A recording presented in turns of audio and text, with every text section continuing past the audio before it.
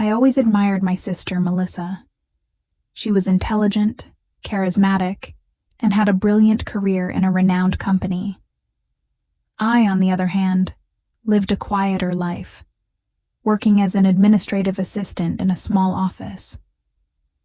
Despite our differences, we were very close. Melissa was my confidant, and I was hers, or at least that's what I thought. It all began on a Friday afternoon.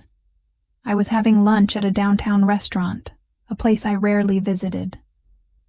My boss had asked me to deliver some documents to a nearby client, and to save time, I decided to eat there.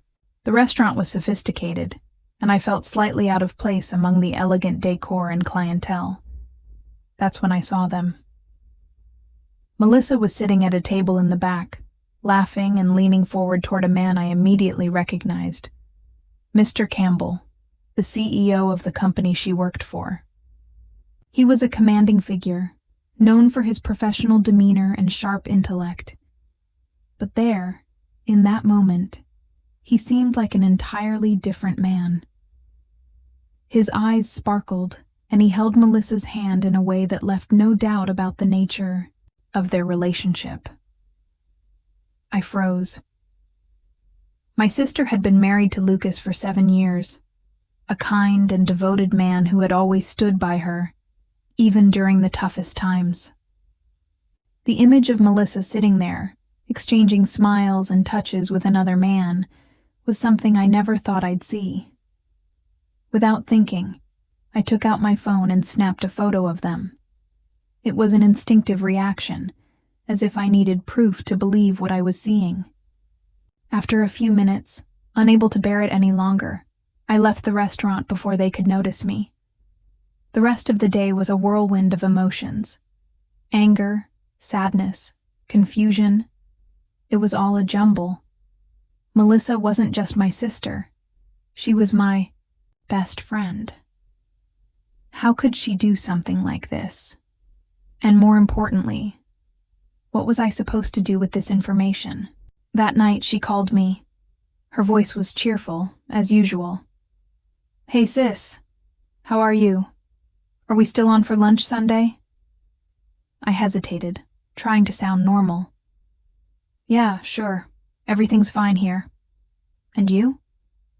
"Oh, the usual. Work, meetings. Nothing exciting," she said casually. My stomach twisted. She sounded so carefree, so normal.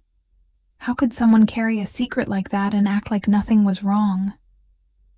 Over the next few days, I couldn't stop obsessing over what I'd seen. I thought about confronting her directly, but I was afraid of how it might damage our relationship. I also worried about Lucas. Did he deserve to know? If I told him, would I be ruining their marriage, or simply exposing a truth he needed to face? One evening, unable to carry the burden alone, I asked Melissa to meet me for coffee. When she arrived, she was her usual self, elegant, confident, wearing that smile that could charm anyone. "Are you okay?" she asked, frowning slightly.